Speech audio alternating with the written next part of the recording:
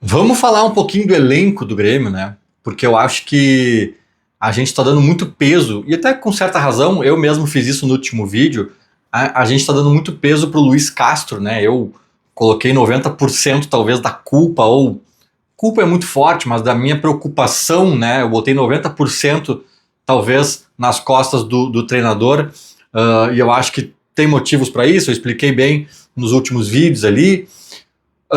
Só que a gente está esquecendo um pouco do elenco. E eu, particularmente, costumo bater muito nessa tecla. Eu sempre dou essa ênfase, mesmo ao criticar os treinadores, Renato, Quinteiros, Felipão, Thiago Nunes, qualquer treinador que já passou pelo Grêmio, Mano Menezes, eu sempre faço as minhas críticas e dou aquela suavizada, né, com o atenuante do elenco ruim. Também não dá para cobrar show, não dá para cobrar futebol de Flamengo. Dá para cobrar, às vezes, uma organização maior, né, uma compactação, uma pressão, sei lá, melhorias e apontar erros, mas eu acho que a gente entrou numa onda a partir da reta final do ano passado, repito, muito mais por conta da fase horrorosa do Inter do que de fato pelo Grêmio estar dando show, né? Mas a gente entrou numa sensação de que o Grêmio era uma máquina e que o elenco estava solucionado. Eu acho que é longe disso. Eu acho que a gestão passada teve muita competência em trazer o Carlos Vinícius, muita sorte em receber um Arthur que quis voltar para o Grêmio. E o resto, cara, bons nomes, alguns ali, Noriega pode ser interessante, o Marcos Rocha teve um papel importante também, mas assim, cara, não foi essa janela toda que alguns pintam, não transformou o sofrível elenco do Grêmio em um grande time, né? Esse ano tinha gente pintando o Grêmio como terceira ou quarta força do futebol brasileiro. Tipo assim, gente, calma, assim, ó, longe disso. É... E a reflexão que eu faço, eu tô resgatando um pouco o ano passado, porque eu acho que o ano de 2026 é uma continuação de 25, né? Mudou gestão, mudou comissão técnica, mas o elenco, que é o nosso tema aqui, o elenco ele segue, né? A base seguiu, obviamente houve muitas dispensas já importantes, alguns reforços chegaram, mas a grande massa de jogadores ali presentes estava ano passado. E por isso que eu parto dessa análise. O time do ano passado não era uma máquina. O time do ano passado conseguiu, graças à última janela, repito, né, com o dinheiro do Marcelo Marques, teve mais isso também, a janela ajudou a escapar do rebaixamento, não ajudou a chegar numa final de Copa do Brasil, a ganhar alguma coisa, a brigar pelo G4, G6 que seja, não ajudou em nada disso. Inclusive cometemos alguns fiascos, né? Protagonizamos alguns fiascos já com Arthur em campo e companhia e jogos decepcionantes. Melhorou em relação à várzea que estava antes, mas assim, o time do ano passado, que acabou o ano passado, era limitado, era fraco, era de meio de tabela, e isso a gente tem que ter muito claro. Eu não acho que era time para disputar G4, não acho, né? Até porque faltava elenco. Sai o Carlos Vinícius, que entra quem? Né? Sai o Arthur, entra quem? Né? Cadê o 10? Cadê o... Enfim, a gente sabe de todas as carências do elenco, não preciso ficar citando aqui. Então, partindo dessa premissa, que talvez o time do ano passado tenha sido super valorizado, né? Tenha sido superestimado, até por conta da fase ruim do rival, a gente ficou num clima de euforia, de oba-oba, né? Ganhamos o Grenal na casa deles, daquele jeito histórico e tal. Mas e aí, cara? Tá, racional, pezinho no chão, baixou a emoção. O que resta desse elenco? É um elenco ok. Não é mais sofrível como já foi em outros anos recentes, mas é um elenco ok, com muita carência, com muitas necessidades. Corta a cena, entramos em 2026, com uma nova gestão, que falou inclusive na campanha em 4 reforços nível de seleção. Imagino eu, para titularidade, né? Se é um nível de seleção, seriam 4 titulares, isso é quase a metade dos jogadores de linha, isso muda consistentemente a fotografia do Grêmio e obviamente, jogaria alguns dos até então titulares para reserva e reforçaria o elenco como um todo. Não aconteceu isso. Não aconteceu isso. A gente também teve uma sorte, assim como o Arthur, né? Eu sempre repito isso, a sorte de o TT querer voltar. E fora isso, foram 3 reforços. Caio Paulista, o Everton e Enamorado. E aí, fazendo a comparação com o ano passado, eu nem vou considerar, né, os mais de 10, 15, talvez, dispensas que o Grêmio promoveu no início desse ano, porque na maior parte eram jogadores que não serviam, que não agregavam grande coisa, né? Mas mesmo assim, né, a gente pode pensar, mas tinha, agora não tem. Em tese, perdemos. Tudo bem, eu não vou considerar toda essa renca de dispensas, porque eu acho que é mais um livramento do que uma perda de fato. Agora, eu vou considerar o mano a mano dos jogadores que chegaram com os seus equivalentes que saíram. E aí a gente vai entender qual é o diagnóstico desse time para 2026. Vamos lá. O Everton chegou, Volpi saiu. Aqui, eu confesso para vocês que dentro da minha alma mora um ponto de interrogação. Eu já falei sobre isso, o Everton não perdeu a titularidade dele no Palmeiras à toa, né? Talvez tenha indícios de uma decadência na carreira, talvez possa ser... pode estar virando um ex-goleiro, um ex-atleta, e isso seria preocupante, isso mostraria falhas em maior frequência, e isso seria bem ruim. Mas, aqui publicamente eu vou registrar em ata o meu veredito, que é melhoramos. Porque o Volpi também era sofrível, né? Embora o Everton seja mais velho, tenha esse ponto de interrogação, tenha estreado no Grenal ali, aliás, ele estreou antes, né? Mas tenha feito um Grenal pavoroso. Eu vou deixar esse ponto de interrogação de lado e vou concordar que melhoramos. Porque o Everton, no seu auge, foi um magnífico goleiro, muito melhor que o Volpi. Então, vá lá, melhoramos. Melhoramos no gol, né? Com asteriscos, com dúvidas, mas beleza, eu posso concordar que melhoramos. Aí entramos para os 3 reforços de linha. O Caio Paulista veio para ser reserva da lateral esquerda, né, reserva do Marlon, e ao mesmo tempo saiu o Lucas Esteves. Cara, o Lucas Esteves era fraco? Era. Mas ele já foi eleito, ele tinha sido eleito no campeonato anterior ao que o Grêmio trouxe ele. Ele tinha sido eleito o melhor lateral esquerdo do Brasileirão, né? Lembremos, aquele Vitória que escapa de um rebaixamento, teve, segundo os torcedores, na época eu pesquisei, né? Segundo os torcedores, 3 heróis se destacaram naquela... O treinador, quem era o treinador?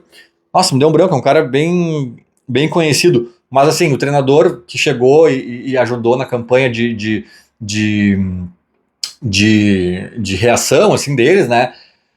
Nossa, me esqueci agora. Mas 3 jogadores se destacaram. Wagner Leonardo, Lucas Esteves e esse Alejandro, atacante que o Inter tá sondando, tá negociando, sei lá. Então assim, Lucas Esteves, cara, é fraco, pelo menos no Grêmio não se acertou, é verdade, mas o Caio Paulista não é grande coisa também. O Caio Paulista eu considero, pra gente arredondar aqui essa análise, do mesmo nível.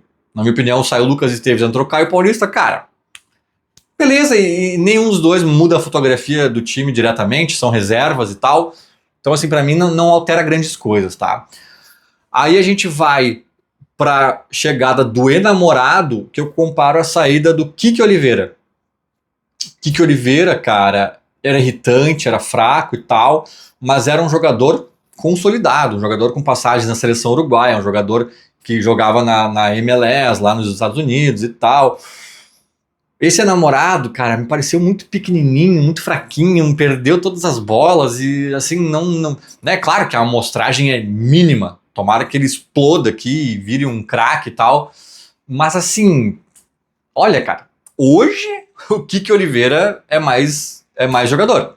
Hoje, né? Tomara que daqui a 3 dias eu calhe a minha boca, né? Para mim aqui tem grandes pontos de interrogação também, mas assim, não consigo hoje ver esse namorado aí resolvendo o problema do Grêmio, sequer sendo titular, provavelmente, possivelmente, né? Então, eu acho parelho, tá? Eu acho assim, tá, saiu o Kike, entrou o namorado, tá, não mudou grande coisa, nem pra cima nem pra baixo. Sinceramente, quero estar errado ali na frente, mas hoje eu não tenho essa segurança. E TT chegando e saindo Alisson, cara, assim, o TT é um jogador mais maduro, mais experiente, ainda novo, né? Eu acho que o TT tem condições de nos entregar mais. Mas o Alisson custou 11 milhões de euros, o TT custou 7 milhões de euros, né? Em tese, a gente tá pegando um jogador que vale menos, né? O TT foi pro West Ham, o Alisson foi pro West Ham ou para outro clube inglês, acho que foi pro West Ham. O West Ham não quis o TT, quis o Alisson, né? E pagou, acho que mais de 10 milhões de euros, ainda com bônus, com gatilho, sei lá o quê. E o TT veio pro Grêmio. Também porque ele quis, é verdade. Acho que até tinha outros mercados, talvez, para ele. Dá para dizer, no mínimo, que é parelho também, né? Eu até tenho perspectiva, eu tenho esperanças que o TT nos entregue muito mais que o Alisson, mas assim, cara, não teve água pro vinho aqui também. O Alisson era um bom valor, um bom jogador. Então, assim, cara, esse panorama mostra que se alguém quiser dizer que melhorou um pouco, tá certo. Se alguém quiser dizer que piorou um pouco, também pode estar certo. Se alguém quiser dizer que não mudou nada, tá certo. Eu acho que é no mínimo, assim, esses 4 que saíram, esses 4 que entraram, no mínimo deixam o Grêmio no mesmo patamar. Na mesma prateleira, na mesma pegada do ano passado. Isso é horrível. Esse é meu ponto. Isso é horrível. A gente parou de bater insistentemente na tecla do elenco, né? E estamos falando muito do Luiz Castro, e acho que ele tá perdido, acho que ele tá cometendo erros. Mas, cara, ainda tem a questão do elenco. Não, a gente tava num sentimento, a gente que eu digo, a maior parte dos gremistas, pelo que eu via, um sentimento assim, ó. Cara, agora temos um time bom, um elenco resolvido. Agora é tudo com o técnico. Não, calma. Né? Todo mundo sabe que falta o 5, que falta o 10, e nós estamos falando de titulares. De titulares, tá faltando, assim, por baixo, se alguém quiser ser minimamente exigente, vai dizer que falta contratar titulares, um lateral direito, um camisa 5 e um camisa 10. No mínimo, tô falando de 3 titulares. 30% dos jogadores de linha. Titulares, aí se tu entrar no elenco, lesionou o Arthur, suspende o Carlos Vinícius, cara, aí vira um Deus nos acuda. Poucas posições tem alguma reposição que o nível não cai tanto, ou até mesmo que a gente não sabe o que fazer, né? Então assim, o Grêmio precisa mexer na questão do elenco, né? A gente sabe que a situação financeira não é fácil, mas a gente sempre soube, e a gestão que chegou falando em fazer diferente, em novas soluções, e eu tô esperando. Qual pode ser o pulo do gato que pode desempatar esse mano a mano de 2025 para 2026, no sentido de deixar esse ano mais forte? A base, né? Aliás, são os dois caminhos óbvios, a base ou as contratações, né? Ou a gente entende que o Thiaguinho é uma realidade pro presente, não pro futuro, o mesmo pro Roger, o mesmo pro Mac e talvez para mais um ou outro menino que possa aí contribuir, ou a gente entende isso e agrega 1, 2 titulares nesse time vindos da base e mais 1, 2 reservas importantes também como boas opções ali da gurizada, ou tem que ir pro mercado, ou talvez ambos, né? Talvez a gente consiga aproveitar bem um menino e tem que contratar mais uns 2 ou 3 de fora, ou contrata 2 e usa 2 meninos.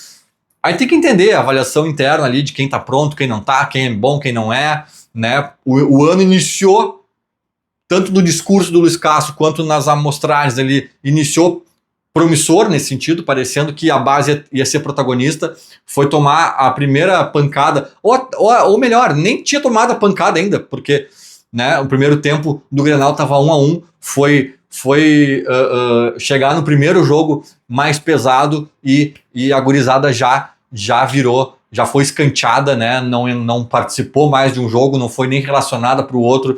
Então, estranho, né? Sinais de alerta aí, se a gurizada não for utilizada por algum diagnóstico interno, e aqui eu nem vou avaliar se o diagnóstico está certo ou errado, esse é outro papo, que eu tenho até pouca informação para poder opinar, né? Mas se por algum acaso, certo ou errado, o diagnóstico for de que tem que segurar um pouco a gurizada, cara, então, seguinte, abre a porta do mercado, né, e vai à luta. Vai contratar, vai buscar. Porque esse time do Grêmio é a base do time do ano passado e o ano passado não foi um bom ano. A gestão anterior foi catastrófica e amadora no quesito futebol. O departamento de futebol da gestão passada, com raras exceções de lucidez no Soares, obviamente, e principalmente na última janela, foi uma gestão que fracassou no departamento de futebol.